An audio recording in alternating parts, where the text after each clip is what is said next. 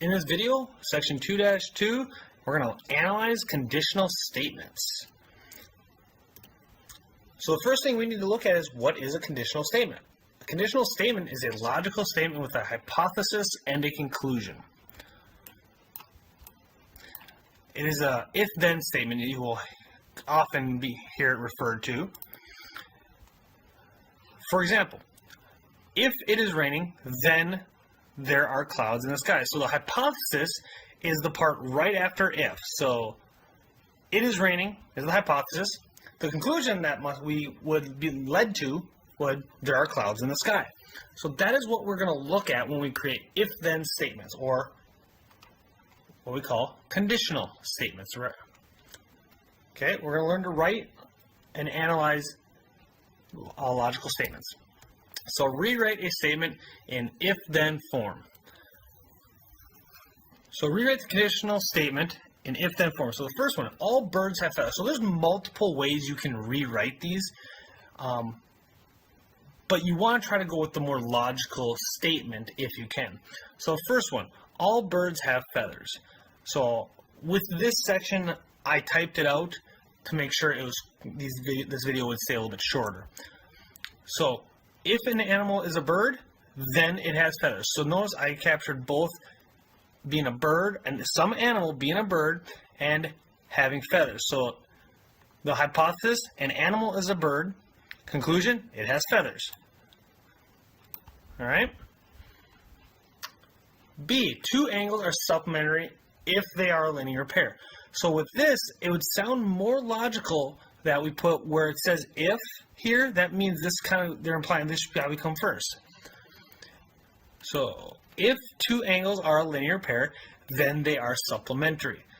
Notice that when these conditionals are written, it is okay to add or subtract some words in some cases. Okay, you want to make the sentence flow and sound grammatically and contextually correct. Okay, you want a good sounding sentence every time. Okay. Rewrite the conditional statement in if-then form. So give this a shot ahead of me and see if you can pause and get it. All 90-degree angles are right angles. Okay, now remember there are always multiple ways you can rewrite these.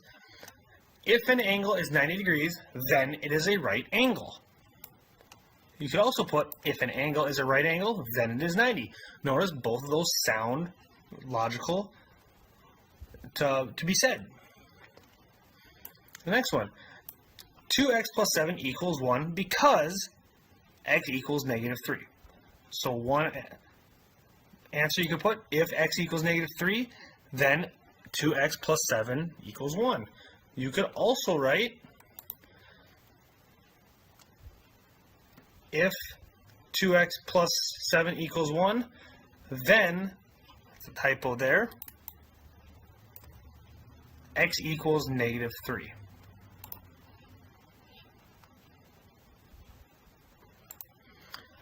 A negation. A negation is making the statement opposite of the original.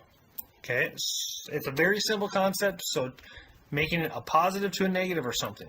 For instance, statement 1, the ball is red. So its negation is simply, the ball is not red. Normally, it's adding the word not or removing the word not. Sometimes it is just changing to its opposite word. So if we were talking about a greater than symbol, we would use a less than symbol. Instead of saying not greater than, we would say just less than. So now we're going to talk about verifying statements. First thing, you need to determine if it is true or false. Okay? For it to be true, the conclusion must be true every single time the hypothesis is true. And we kind of went through that before. To show it's false, you must provide one and only one counterexample. We talked about this in the last video. You only need one counterexample. So if you can't come up with a counterexample to show it's false, the conclusion must be true.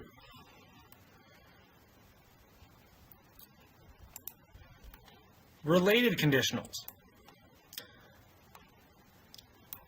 To To write a converse, we switch the hypothesis and the conclusion.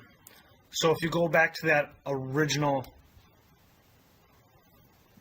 example we had, remember we had the if it is raining, then there are clouds in the sky. You switch them, you would say if there are clouds in the sky, then it is raining.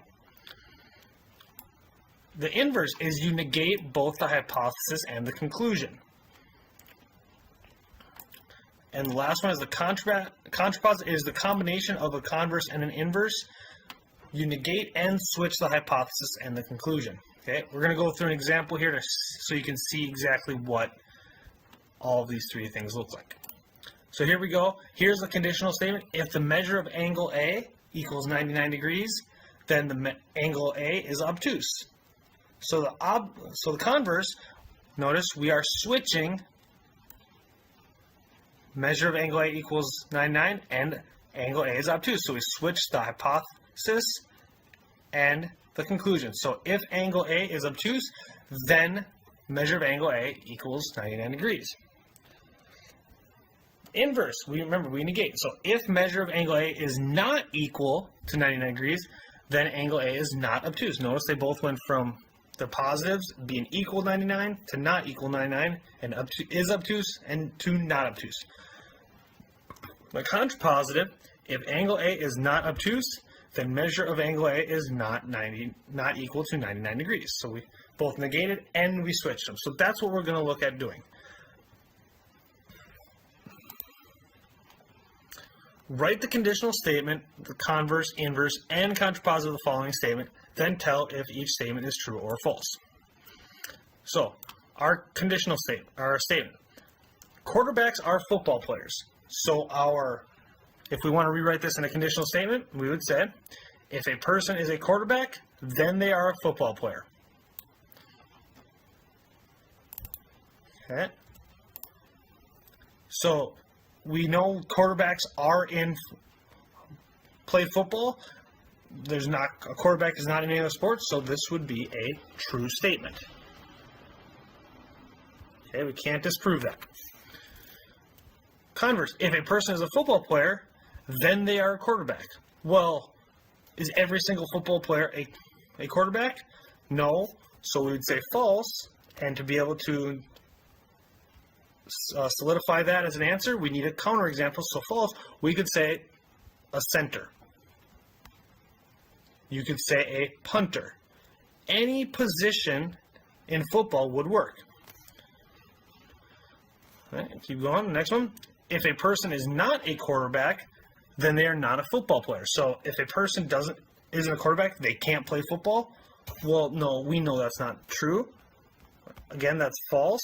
So we could, again, I'm going to say a wide receiver.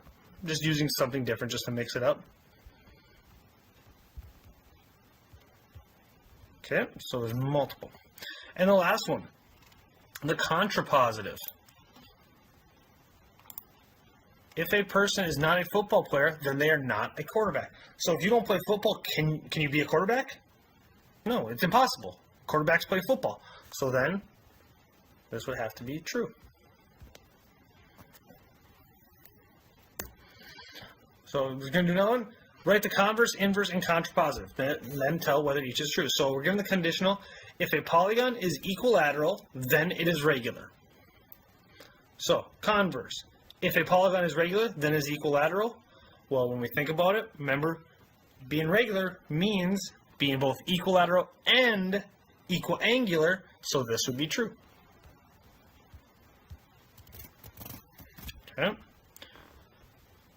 Inverse, if a polygon is not equilateral, then it is not regular.